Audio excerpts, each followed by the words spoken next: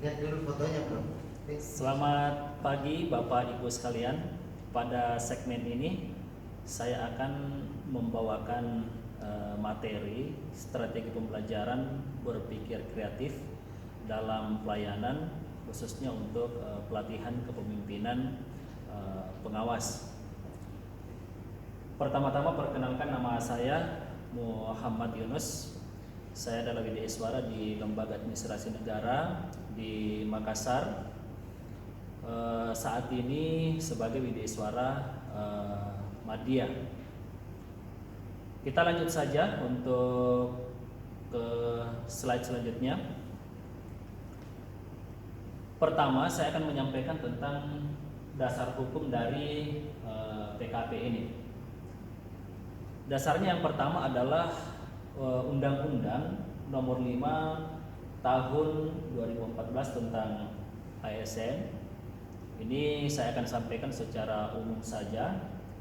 Kemudian yang kedua adalah Undang-Undang Nomor 23 Tahun 2014 tentang Pemerintahan Daerah, di mana memang di dalam kurikulum ini terjadi perpaduan antara apa yang dikeluarkan oleh Lembaga Administrasi Negara dengan Kemendagri. Selanjutnya dasar hukum kita adalah Peraturan Pemerintah Nomor 11 Tahun 2017 tentang manajemen ASN.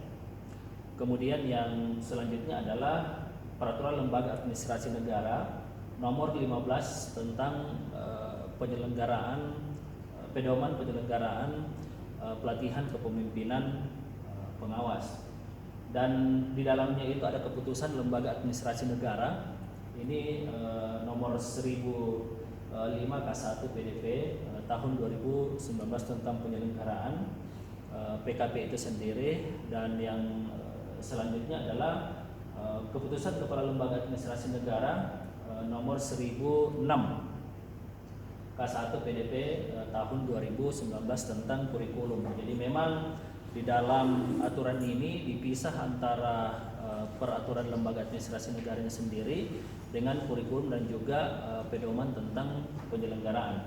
Dan yang terakhir saya ingin sampaikan bahwasanya dasar hukum ini memang sudah melalui berbagai macam pembahasan di tingkat pusat yang melibatkan berbagai macam stakeholders, hingga saat sekarang ini ditetapkanlah ya seperti apa model pelaksanaan penyelenggaraan dari pelatihan kepemimpinan pengawas ini. Selanjutnya saya akan menyampaikan terkait gambaran dari masing-masing agenda pembelajaran yang ada di PKP. Jadi untuk agenda pertama itu adalah agenda kepemimpinan Pancasila dan bela negara, di mana memang berisi tentang seperti apa sih pemaknaan nilai-nilai dan konsepsi bela negara untuk mewujudkan kepemimpinan Pancasila dan bela negara dalam mengendalikan pelayanan. Kemudian yang kedua ini adalah agenda kepemimpinan pelayanan, ya, di mana di sini lebih menekankan kepada kemampuan mendiagnosa masalah dan menemukanali permasalahan yang ada di organisasi.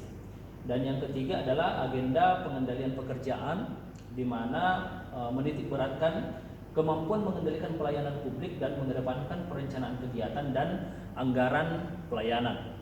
Dan yang terakhir adalah agenda aktualisasi kepemimpinan, di mana mengaktualisasikan kapasitas kepemimpinan dalam melayani. Nah, inilah gambaran agenda pembelajaran. Jadi ada 4 agenda pembelajaran di dalam diklat atau di dalam pelatihan kepemimpinan pengawas ini. Selanjutnya saya akan lebih memfokuskan lagi agenda pembelajaran PKP ini, khususnya seperti apa sih mata-mata pelatihan yang ada di masing-masing agenda. Jadi untuk agenda kepemimpinan Pancasila dan bela negara itu terdiri dari 2 mata pelatihan, etika dan integritas kepemimpinan Pancasila, dan yang kedua adalah bela negara kepemimpinan Pancasila. Kemudian selanjutnya adalah agenda kepemimpinan pelayanan. Ada 4 materi: diagnosa organisasi, berpikir kreatif dalam pelayanan, kemudian membangun tim efektif, dan yang keempat adalah kepemimpinan dalam pelaksanaan pekerjaan. Agenda yang ketiga yaitu agenda pengendalian pekerjaan, Ya, materi ini adalah teknik komunikasi publik.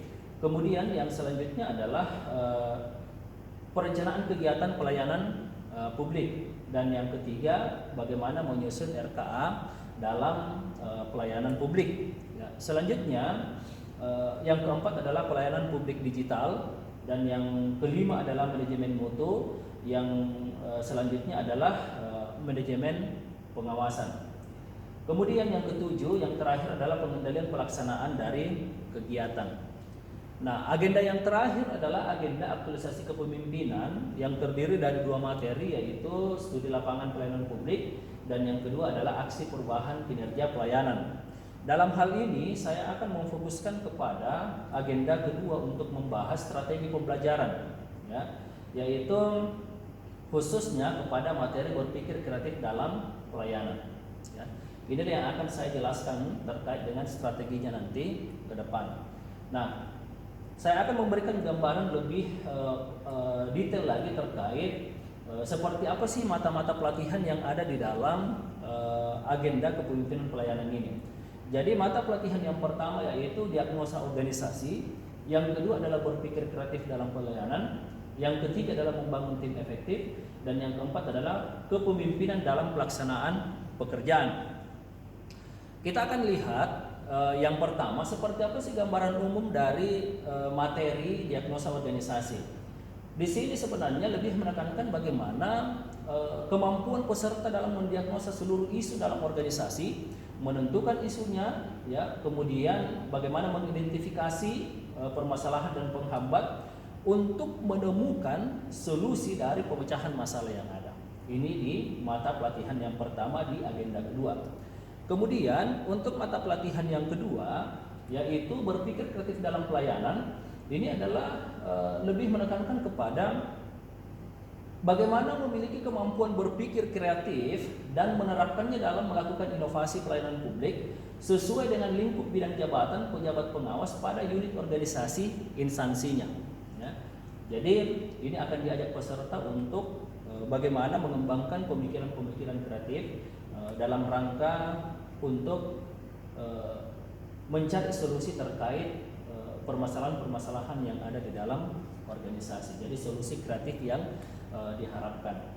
Kemudian yang ketiga adalah setelah didapatkanlah ini solusinya, tentu saja dalam proses pelaksanaan selanjutnya adalah ini dibutuhkan tim untuk mensupport seluruh kegiatan-kegiatan yang rencana akan dilaksanakan. Ya, jadi tim ini diperlukan. Ya, jadi disinilah akan dilihat bagaimana kemampuan dari para peserta itu untuk membangun tim kerja yang partisipatif dan efektif. Ya, atau diistilahkan dengan high performance team. Nah, ini yang diharapkan di materi tersebut. Dan yang terakhir di materi kepemimpinan dalam pelaksanaan pekerjaan, ini lebih menitik beratkan kepada bagaimana menerapkan kepemimpinan melayani. Kepemimpinan melayani, ya, dengan menunjukkan sikap, ya. Jadi orang-orang yang kepemimpinan melayani itu bagaimana dia itu bisa lebih banyak mendengar, bisa lebih mengembangkan yang namanya empati, ya, terbuka, dan justru memiliki yang namanya komitmen yang kuat, ya, untuk mempengaruhi orang lain dalam yang namanya memberikan pelayanan. Nah, 4 materi inilah yang ada di dalam agenda kepemimpinan pelayanan yang akan dibahas dalam strategi pembelajaran adalah materi yang kedua, yaitu berpikir kreatif dalam pelayanan. Nah, saya akan langsung masuk ke dalam strategi pembelajaran berpikir kreatif dalam pelayanan.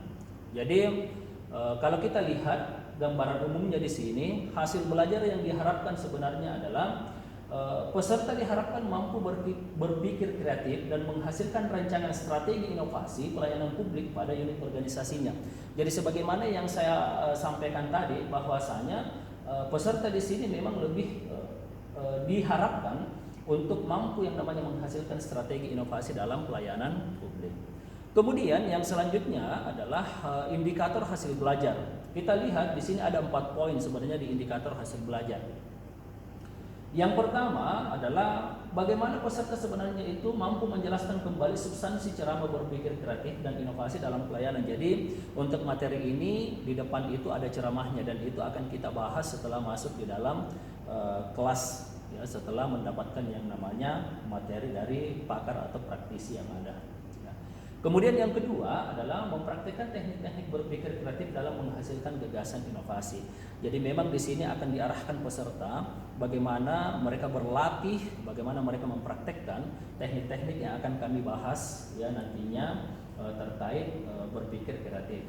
Kemudian yang ketiga kita lihat di sini bagaimana peserta menjelaskan konsep dasar inovasi dan strategi inovasi dalam pelayanan publik yang berperspektif GESI ya. Ini memang lebih kepada bagaimana peserta itu bisa melihat inovasi-inovasi atau menawarkan inovasi-inovasi kepada orang-orang yang memiliki keterbatasan khusus ya. Jadi ini yang diharapkan. Dan yang keempat adalah bagaimana merancang yang namanya implementasi strategi berpikir kreatif dan inovatif dalam pelayanan publik sesuai dengan tugas dan fungsi ya di jabatan mereka.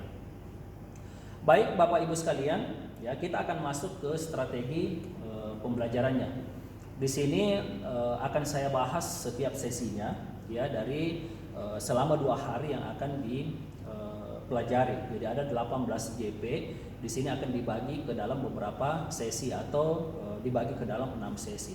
Jadi kalau kita lihat di sesi pertama, sebagaimana biasanya itu di tataran pendahuluan itu akan lebih banyak bagaimana kita membina suasana. Jadi di dalam membina suasana sebenarnya ini kita akan membuat yang namanya ice breaking, ya. Jadi ice breaking itu dalam rangka mencairkan suasana antar peserta yang ada. Kemudian setelah itu akan menguraikan tujuan dari pembelajaran dan selanjutnya adalah bagaimana kita sebenarnya ini ingin di dalam kelas tersebut itu peserta itu bisa menyampaikan harapannya terkait materi yang mereka akan dapatkan ya. Jadi supaya kita bisa fokus nanti menyampaikan bahwasanya oh ini loh yang menjadi harapan dari para peserta ya gitu. Nah, setelah itu kita akan memberikan feedback. Nah, ini akan dilalui dengan berbagai macam metode, ada ceramah, games ya, kemudian akan ada brainstorming. Brainstormingnya ini sekaitan dengan proses penggalian yang namanya harapan. Ini akan ditempuh selama 1 jam pembelajaran di awal atau 1 JP sebanyak 45 menit. Selanjutnya setelah terjalin yang namanya bina suasana, sudah masuk ke dalam proses penyajian. Nah, ini di penyajian saya akan buat beberapa bagian. Jadi ada penyajian 1, penyajian 2, penyajian 3 dan penyajian 4. Disesuaikan dengan jumlah waktunya. Di penyajian pertama ini sebagaimana di depan di materi itu akan ada yang namanya review dari ceramah yang mereka dapatkan ya.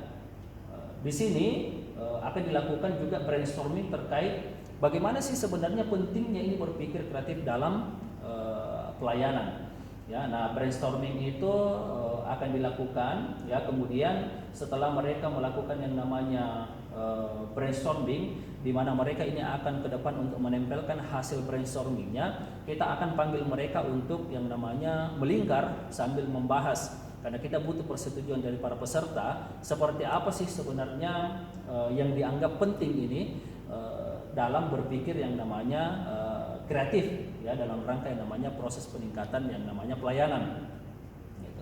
Nah, setelah itu ada hasil kesepakatan, kita akan bacakan bahwasanya penting yang namanya berpikir kreatif dalam pelayanan karena ini dan ini ya. Setelah itu ya kita akan kembali ke tempat duduk ya, kemudian akan memutarkan video tentang kreativitas ya. Ini akan saya ambil video terkait anak-anak Korea, anak TK yang ada di Korea yang kemampuan memainkan gitarnya itu luar biasa. Ya, ini akan saya putarkan nantinya ya. Itu dalam rangka untuk menstimulus kepada para peserta bahwasanya ya tidak menutup kemungkinan ya mereka juga itu bisa mengembangkan yang namanya diri dalam rangka yang namanya mengembangkan pikiran-pikiran kreatif yang masih ada di dalam dirinya yang belum tergali secara full. Nah, selanjutnya ini juga membutuhkan waktu sekitar 45 menit atau 1 jam pembelajaran. Selanjutnya masih di sesi pertama ya.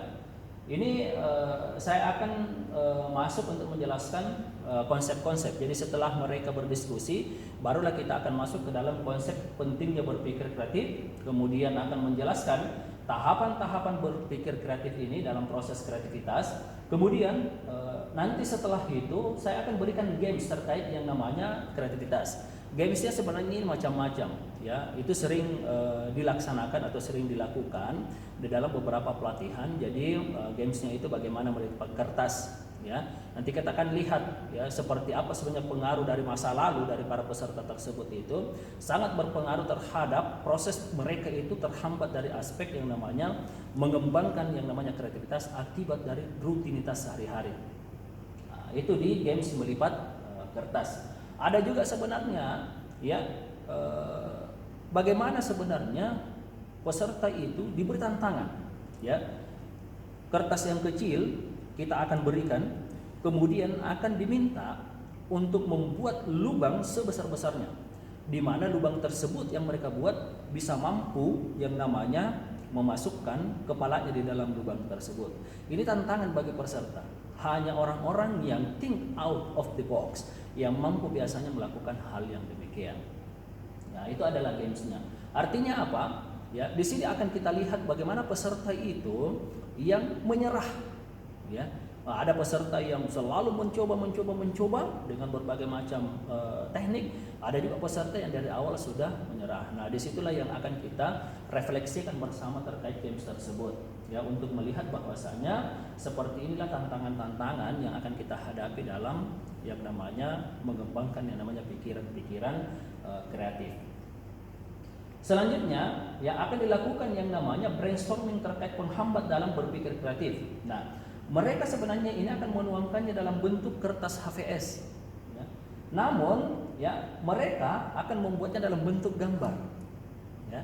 Nah, nanti setelah mereka membuat, oh ini loh seperti ini yang namanya hambatan, ya dalam berpikir yang namanya kreatif, mereka akan diarahkan untuk menempelkannya di tempat-tempat yang telah disiapkan. Kita akan melihat ya bahwasanya gambar-gambar yang mereka buat ini itu sekaitan dengan hambatan-hambatan dalam berpikir kreatif. Nah, inilah sebenarnya yang akan menghantar mereka bahwasanya masih ada hal-hal di dalam diri mereka ini yang menjadi penghambat utama untuk membuat mereka ini jauh lebih yang namanya kreatif. Selanjutnya yang kelima adalah bagaimana mendiskusikan hasil gambar tersebut. Ya, jadi setelah mereka membuat itu kemudian didiskusikan. Waktunya sekitar 45 menit. Ini memang sedikit agak strict ya, waktunya. Kemudian masih di dalam proses penyajian pertama, kita sudah masuk ke sesi yang kedua. Ya, di sesi yang kedua ini akan dilakukan yang namanya diskusi kelompok tentang konsep inovasi dan alasan mereka berinovasi. Jadi kalau kita lihat ya di sini mereka belum sebenarnya belajar tentang apa sebenarnya inovasi di depan, masih dari aspek yang namanya kreativitas. Di sinilah akan dibahas tentang inovasi itu sendiri. Kemudian melakukan pembahasan terkait hasil diskusi kelompok dengan metode window shopping supaya peserta tidak terlalu jenuh. Ya kita akan kembangkan proses diskusinya itu dengan model window shopping, di mana peserta akan mengunjungi stand-stand yang ada secara bergiliran.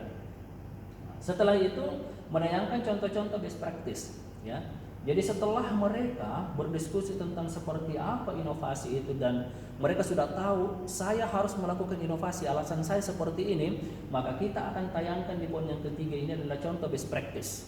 Ya, nah inilah seperti ini ya inovasi-inovasi yang telah dilakukan oleh beberapa pemerintah daerah ya yang ada di Indonesia. Nah ini untuk menyuntikkan lagi kembali kepada mereka ya terkait yang namanya inovasi. Ya, karena terkadang peserta menganggap bahwasanya wah kami ini hanya eselon 4, nggak ada yang bisa kami lakukan.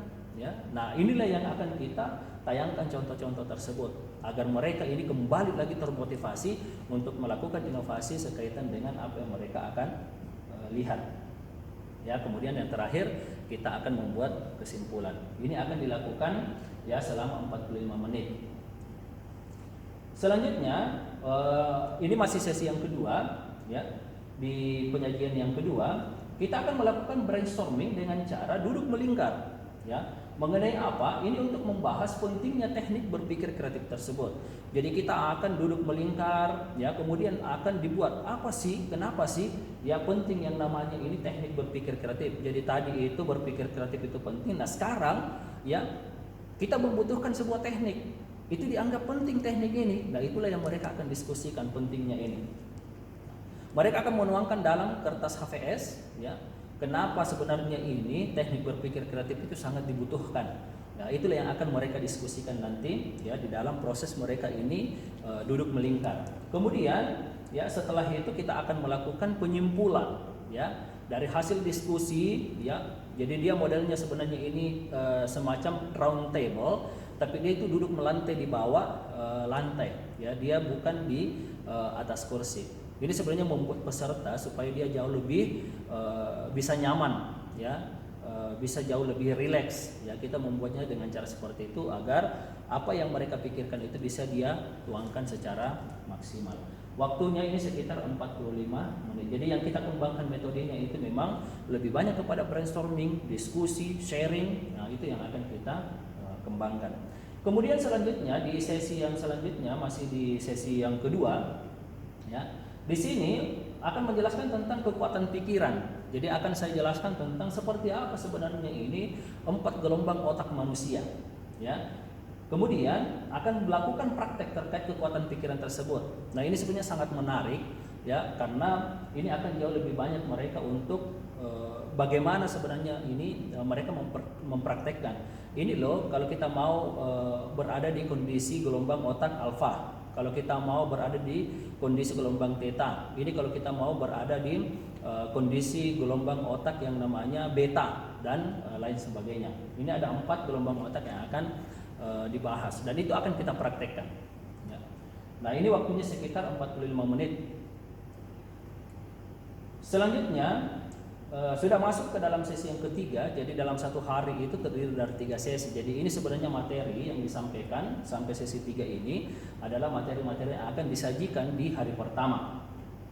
Di sini akan menjelaskan tentang teknik-teknik berpikir kreatif seperti bagaimana pemanasan, kemudian inovasi, shopping, kemudian pertanyaan dari Osborne, brainstorming, mind mapping, ya, kemudian berangan-angan secara kreatif, ya, ada buku catatan kolektif, kemudian pemecahan masalah secara kreatif, dan ada juga yang kita sebut dengan teknik dari Scramper ini. Nah, ini akan dijelaskan dulu di awal sebelum mereka ini akan mendiskusikan. Jadi kita akan bagi ke dalam 8 kelompok nantinya ini untuk berdiskusi terkait yang namanya topik-topik dari berpikir kreatif ini, ya.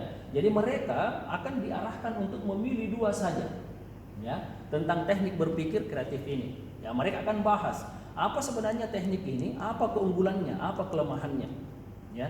Nah, ini yang akan mereka diskusikan. Nanti di selanjutnya di masih sesi yang sama, gitu, akan dilakukan yang namanya diskusi kelompok. Metodenya ini seperti orang yang ada di kafe. Jadi kita sebut metode ini adalah metode walk cafe, ya. Di sini akan kita lihat, ya, seperti apa mereka menjual metode ini, ya, karena mereka sudah tahu ini loh keunggulan dari metode A, ini keunggulan dari metode B. Jadi hanya ada 2 metode yang akan mereka jual, ya. Jadi nanti para pengunjung yang datang, ya, akan membeli itu sesuai dengan kemampuan dia menjualnya. Makanya akan diletakkan SPG di masing-masing counter mereka atau stand mereka, ya. Mereka lah yang bertugas untuk menjual ini, mempromosikan teknik tersebut, ya. Kalau Anda mau kreatif, gunakan teknik ini. Nah, itulah yang akan mereka lakukan. Nah, setelah mereka selesai, mereka akan kembali, kemudian kita akan melakukan yang namanya refleksi terkait dari apa yang mereka telah diskusikan, ya, mengenai teknik-teknik tersebut. Ya, mungkin mereka akan belanja di kafe yang satu, kemudian belanja lagi di kafe yang kedua. Inilah yang akan mereka jelaskan pada saat yang namanya merefleksikan lagi kembali, ya, agar mereka paham betul bahwasanya teknik ini penting untuk dilaksanakan nanti atau dilakukan, ya. Waktunya sekitar 45 menit. Kemudian lanjut, ya, untuk yang selanjutnya masih di sesi yang ketiga, kita akan lakukan brainstorming terkait konsep, tipe, jenis, dan karakteristik inovasi dengan cara meminta seluruh peserta mengerjakan dalam bentuk yang namanya kelompok. Jadi mereka setiap saat ini selalu berdiskusi, melakukan diskusi dengan metode shopping list. Jadi nanti akan ada shopping list, ya, terkait yang namanya seperti apa sebenarnya inovasi, tipenya, jenisnya, dan karakteristiknya ini. Dan peserta akan ditugaskan untuk menyusun kesimpulannya, Ya, jadi setelah mereka melakukan yang namanya shopping list, dari hasil yang namanya diskusi dari masing-masing kelompok, maka kita akan wrapping nanti itu bahwasanya ini loh konsep dari inovasi, ini tipenya, ini jenisnya, dan ini karakteristiknya. Ya, jadi seperti itu. Ya, itu di terakhir. Jadi metodenya ada shopping list, ada sharing, diskusi, ada brainstorming. Waktunya sekitar 45 menit. Kemudian di hari berikutnya yang kita sebut dengan sesi keempat atau di hari kedua, kita akan menjelaskan tentang materi terkait konsep jenis atau tipe karakteristik sebagai pembanding dari apa yang telah mereka diskusikan. Jadi pada saat hari itu sudah ada dapat kesimpulan, keesokan harinya ya kita akan melakukan review ya dengan cara menjelaskan materi tersebut. Jadi kita review materi yang sehari sebelumnya agar mereka ingat lagi kembali ini loh yang kemarin sudah disimpulkan ya. Kemudian menayangkan materi terkait prinsip dan faktor-faktor yang mempengaruhi inovasi, menjelaskan tentang peranan pemimpin dalam berinovasi, menjelaskan bagaimana membangun semangat dan keberhasilan dalam berinovasi. Nah, untuk yang sesi pertama ini ya, maksudnya di JP pertama, di jam pembelajaran pertama 45 menit ya, 1 JP ini itu lebih banyak berbicara dari aspek yang namanya ceramah, menjelaskan ya, untuk memberikan gambaran-gambaran awal terkait materi tersebut. Kemudian yang untuk JP yang kedua, masih di sesi yang keempat, ini juga kita ingin melihat bahwasanya bagaimana sih sebenarnya peserta sudah paham dari aspek konsep yang tadi itu. Kemudian kita menjelaskan tentang strategi inovasi dalam pelayanan berbasis GESI ini, Gender Equality and Social Inclusion. Jadi memang ini bagaimana sih model-model pelayanan inovasi yang kita lakukan itu berbasis gender ya, atau pelayanan-pelayanan yang dilakukan itu betul-betul mempertimbangkan orang-orang yang berkebutuhan khusus ya. Nah, inilah yang akan kita jelaskan. Setelah mereka paham, kita akan mengarahkan peserta untuk berdiskusi terkait model inovasi pelayanan berbasis GESI ini. Jadi mereka akan menyusun yang namanya apa sih sebenarnya akan mereka akan lakukan ya, inovasi yang mereka akan lakukan yang sekaitan dengan GESI ini ya, Gender Equality and Social Inclusion ini ya. Mereka akan berdiskusi terkait hal tersebut. Setelah mereka mendapatkan seperti ini model inovasi yang terkait dengan GESI, maka mereka akan mempresentasikan dari masing-masing kelompok. Jadi kalau kita bagi ke dalam 8 kelompok, maka kita akan mendapatkan 8 yang namanya jenis inovasi yang basisnya ini GESI dari peserta. Ya. Nah, itu pun bisa dijadikan nanti perubahannya mereka. Kalau seandainya ya mereka itu berminat untuk melakukan atau mengangkat hal-hal yang terkait dengan aksi perubahannya terkait dengan GESI tersebut. Ya, setelah itu kita akan susun kesimpulannya, dan yang terakhir adalah kita akan memperlihatkan kepada peserta ini loh contoh-contoh layanan yang berbasis yang namanya GESI. Ya, hal ini untuk mendorong peserta melihat lagi kembali bahwasanya di wilayah lain yang ada di Indonesia mereka sudah menggunakan model ini. Di berbagai macam instansi pemerintah kita akan perlihatkan. Di instansi swasta kita juga akan perlihatkan. Nah, contoh-contoh pelayanan berbasis GESI inilah yang akan kita tayangkan untuk menyuntikkan kepada peserta agar peserta ini mulai berpikir bahwasannya oh iya, ternyata memang pelayanan untuk saat sekarang ini itu akan ditekankan kepada berbasis GESI tersebut. Nah, ini seperti inilah. Nah, ini karena waktunya sedikit agak lama karena mereka akan menyusun inovasinya, kita plot waktunya ini sekitar 90 menit atau sekitar 2 jam pembelajaran. Kemudian kita akan masuk ke dalam sesi yang kelima. Di sesi yang kelima ini akan menjelaskan tentang konsep inovasi ya, 6D, yaitu drum up, diagnose, design, delivery, display, dan documentation. Ya, ini yang konsep yang diperkenalkan oleh lembaga administrasi negara ya. Kemudian yang kedua ya, kita akan menyusun yang namanya rencana inovasi berdasarkan konsep 6D ini ya. Nah, ini memang waktunya sedikit agak lama ya, kita akan membutuhkan waktu sekitar 135 menit karena mereka akan menyusun ya seperti apa sih proses perencanaan inovasi yang mereka akan lakukan yang didasarkan kepada 6D ini ya.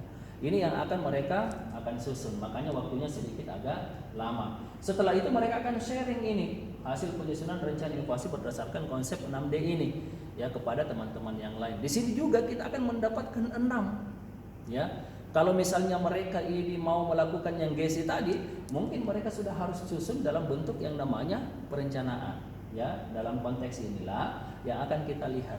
Ya, masing-masing kelompok yang terdiri dalam 8 kelompok inilah yang akan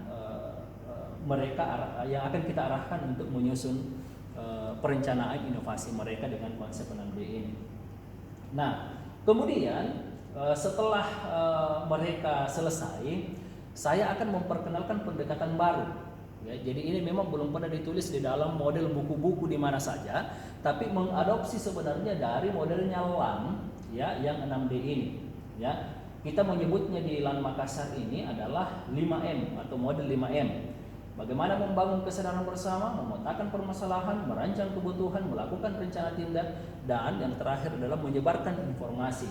Ya, nah yang kita singkat dengan istilah saran LAN. Ini adalah inovasi kami yang ada di BDI Suara, gitu, dalam rangka proses pembinaan yang namanya Desa Inovasi. Ya, kita rencana mau menerapkan yang 5M ini ke depan. Nah, ini yang kita coba untuk tawarkan juga kepada peserta. Ya, mudah-mudahan mereka tertarik ya dengan konsep 5M ini.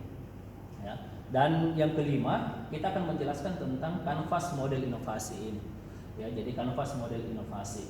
Ya, ini hanya gambaran awalnya saja untuk di sesi kelima. Nanti yang di sesi keenam kita akan berdiskusi terkait dengan kanvas inovasi ini. Ya.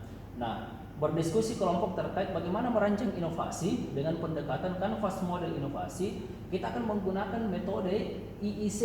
Kalau di TV One itu kita kenal dengan ILC, ya. Kita akan memperkenalkan IIC, yaitu Inovasi Indonesian Club, gitu ya. Jadi kita akan modelnya hampir mirip dengan ILC nanti untuk kita terapkan. Ini cukup menarik ya, waktunya sekitar 95 menit. Setelah mereka mendiskusikan tentang kanvas inovasi ini, ya, kita akan sharing informasi dan mereview hasil diskusi dari masing-masing kelompok yang telah maju. Ya, jadi ini waktunya sekitar 90 menit. Jadi metode ini kita akan coba untuk perkenalkan dalam rangka untuk membahas tentang seperti apa kanvas model inovasi. Dan yang terakhir adalah penutup, yaitu melakukan evaluasi sederhana terkait materi yang sudah diterima. Jadi evaluasi yang dimaksud yang sederhana ini sebenarnya adalah modelnya hanya tanya jawab aja. Apa sih yang mereka telah pahami dari materi pertama, ya, di hari pertama hingga di hari kedua tersebut. Ya, kita akan acak saja dengan pertanyaan-pertanyaan sederhana, ya, terkait apa yang mereka sudah dapatkan, ya. Kemudian kita akan rating materi, review materi secara keseluruhan dari awal hingga akhir. Ini akan melibatkan peserta, siapa yang sekiranya mau atau ingin berpartisipasi untuk melakukan review, ya, karena kita ingin melihat sejauh mana pemahaman dari peserta tersebut terkait materi yang mereka telah dapatkan. Dan yang terakhir adalah tentu saja kita akan menutup, ya, dan mengapresiasi peserta. Waktunya sekitar 45 menit. Jadi seperti inilah strategi pembelajaran yang akan saya terapkan nantinya untuk mengajarkan materi berpikir kreatif dalam pelayanan ini. Sekian dari saya. Wassalamualaikum warahmatullahi wabarakatuh.